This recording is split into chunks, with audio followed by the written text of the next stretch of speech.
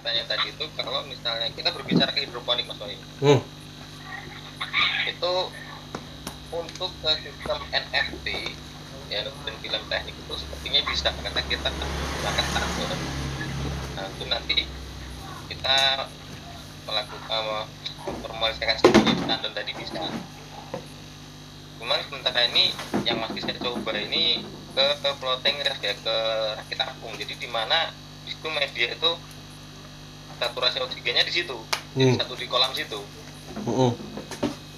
Nah itu kemarin kan saya cabut tuh, yang saya kemarin yang ada pintu mungkin rhizobium mungkin ya. Itu saya masukkan ke situ sampai sekarang saya cek figurnya masih bagus gitu. Apa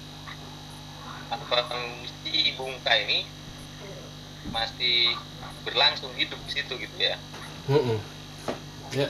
Karena saya pernah ngobrol dengan kawan di sini komunitas, mereka ada yang memakai E4, efektif mikroorganismenya E4. Mereka bertanya dengan saya, apa kalau tidak dikasih rumah ini bisa hidup mikrobanya gitu kan? Dan mereka ada yang memakai ya aneh-aneh, ada yang memakai kokopit, ada yang memakai sekam bakar di netpotnya, mungkin dengan analogi dia kan rumah mikroba gitu. Mas sementara ini saya mau nanya aja, kalau misalkan kita tidak memberikan media lain selain air di situ, kelangsungan mikrobiomnya gimana itu Mas Wahyu? Oke. Walaupun oksigen dengan rasa ppm-nya tinggi sih, karena 2 pompa dengan watt yang tinggi gitu. Jenengan pakai kolam kontrol kan? Ya. Bungkai masuk di situ toh? Bungkainya di situ semua. Oke, itu airnya diganti atau bungkai biarin jalan di situ? Tetap di situ. Oh iya. Kembali ke media bungkai. Medianya bungkai ini ada humik, ada mineral. Nah, 2 ini aja yang mau saya ulas. Humik ini kan ekstrak kompos, ekstrak humus tanah. Nah, tentunya namanya ekstrak ini kita tidak perlukan tugasnya humik ini untuk mengikat nutrisi-nutrisi yang ada di sekitar. Ini air ya, ini hidroponik lah. Ini banyu ini kan. Nah, dia tugasnya ini, si humik ini mengikat ion-ion ini Na+, Mg,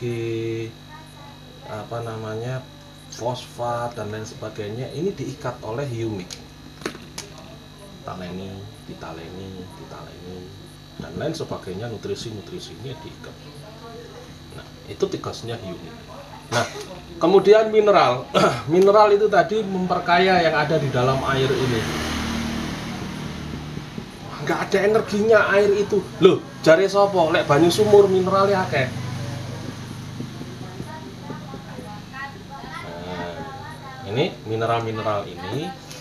Jadi sebetulnya Kang, metode hidroponik apapun itu, meskipun dia meniadakan yang namanya mikroba, tumbuhnya akar ini tetap dipengaruhi oleh mikroba. Jangan lupa, yang namanya Rhizobacterium yang ada di sekitar perakar itu akan tetap ada di sini. Mikroba itu akan tetap ada di sini. Mas yo ora dikei omah. Lah omahe mikroba iki urung mesti ndek ndengene kompos kok. Lah di mana? Lah kita ada humik. Kita ada mineral. Sedangkan mineral, loh Mas, mineral kan ngendap. Iya, itu ampasnya sob. Nah, yang terlarut itu lebih banyak dibandingkan yang mengendap, dan yang terlarut itulah yang akan ditempati oleh mikroba. Akhirnya dia akan terbawa ada di sini.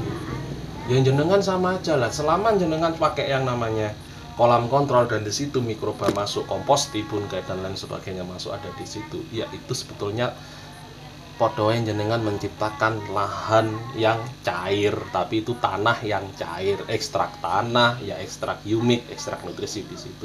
Dia terbentuklah mikrobiom itu terbentuk tetap di sini. Loh, kok iso Mas?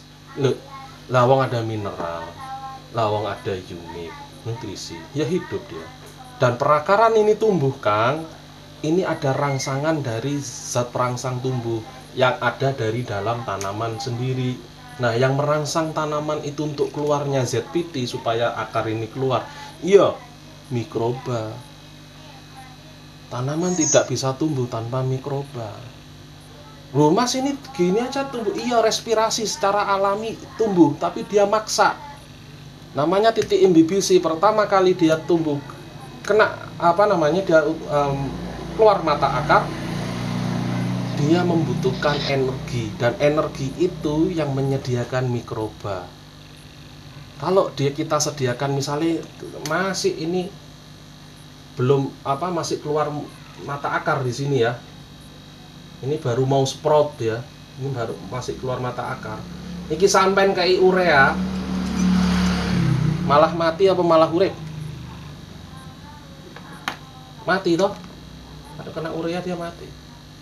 Artinya apa? Dia membutuhkan energi N dalam bentuk lain, dalam bentuk nitrat, dalam ppm yang rendah. ppm. Siapa yang menyediakan? Ya mikroba. Mikroba yang apa? Yang ada di sini. Mineral-mineral yang ada di sini. Jadi sebetulnya tanpa rumah mikroba pun, kalau kita sudah menyediakan kolam kontrol, di situ kita kontrol pH, ketersediaan oksigen, dissolve oksigennya terjaga, mineral nutrisi yang lain terjaga, ya sama aja kita membentuk mikrobiom itu untuk hidroponik. Dan itu canggih jenengan, karena selama ini orang-orang hidroponik dia bingung piye carane untuk ngatasi layu. Hidroponik itu bersih, oke, katanya, tapi masih kena layu bakteri, masih kena Cercospora, masih kena yang namanya busuk batang. Lah tekondi loh banyune jarine rijik, jarine resik. Nah, dari mana? Nah, yang mampu menyelesaikan itu ternyata mikroba. Dan kita harus memasukkan ke dalam air. Kita bentuk ekosistem itu. Dan ketika air itu tidak kemana-mana, muter, ya ini jenengan memperkaya mikroba. Sama aja sob jenengan buat POC atau kompos di dalam jumlah yang gede. Ini ono tandurane. Nah, ini gue maksudku sebenarnya arahnya ke sana.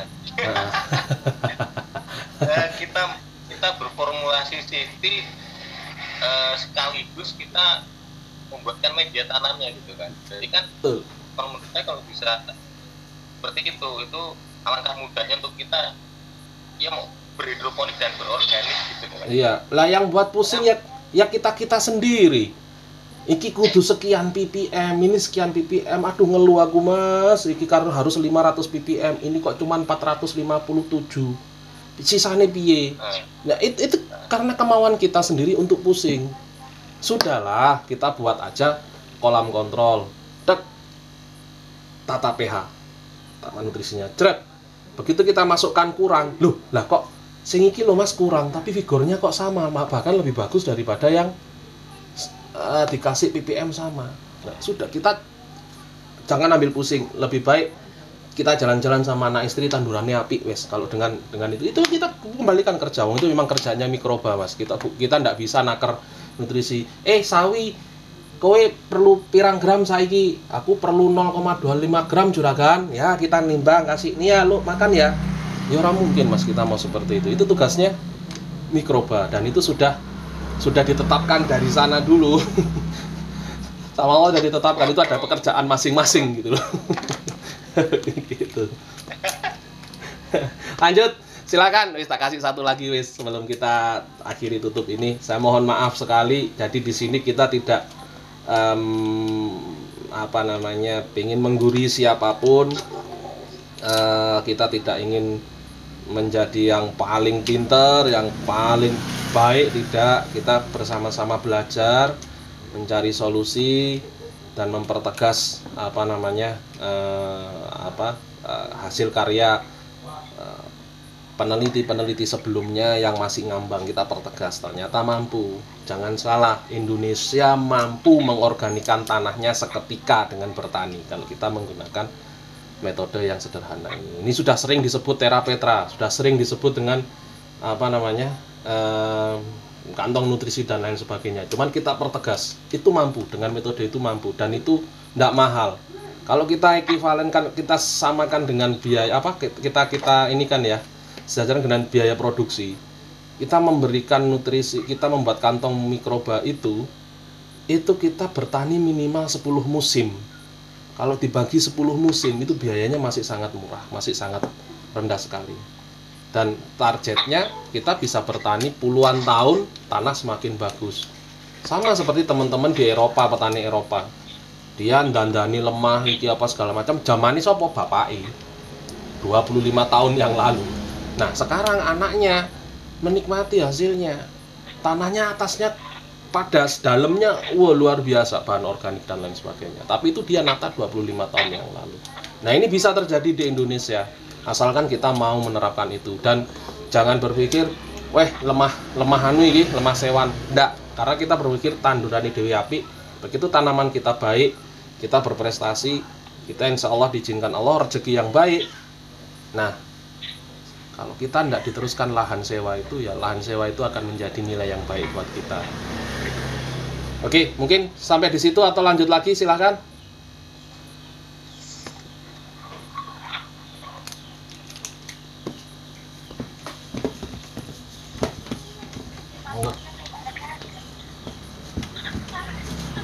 Ada yang lain? Tidak ada? Kita tutup ya. Oke, Sobat Bun Kenesen, dulur-dulur tani, sahabat Toa, yang terhormat Pak Haji Moko dari Lembah Kamuning, matur nuwun, terima kasih hadirnya di diskusi Google Meet siang ini. Ya dadakan sih sebetulnya, karena pagi tadi saya sempat diskusi sama Mas Rudi. Ini ada pertanyaan masalah mikroba gini. Ayo wes kita nanti online. Saya pikir-pikir ya wes ayo kita online. Jadi ini spontan saja. Nah, ini nanti ini kami rekam dan akan kami unggah ke YouTube, ke channel kami Wahyu Garuda. Nanti mudah-mudahan teman-teman yang tidak ikutin nanti bisa mempelajari, bisa belajar bersama. Ya memang ada yang terpotong, mohon maaf ya karena sarana masih terbatas. Ini akan terus berlanjut, semoga menjadi manfaat, semoga menginspirasi, dan ini menjadi salah satu solusi. Terima kasih hadirnya. Saya mohon maaf, saya Wahyu Garuda di Malang. Terima kasih, sampai ketemu lagi. Assalamualaikum warahmatullahi wabarakatuh. Selamat siang. Kita bisa. Waalaikumsalam warahmatullahi wabarakatuh. Thank you Mas Bayu. Sahabat Super Indonesia luar biasa. Luar biasa, matur nuwun, matur nuwun.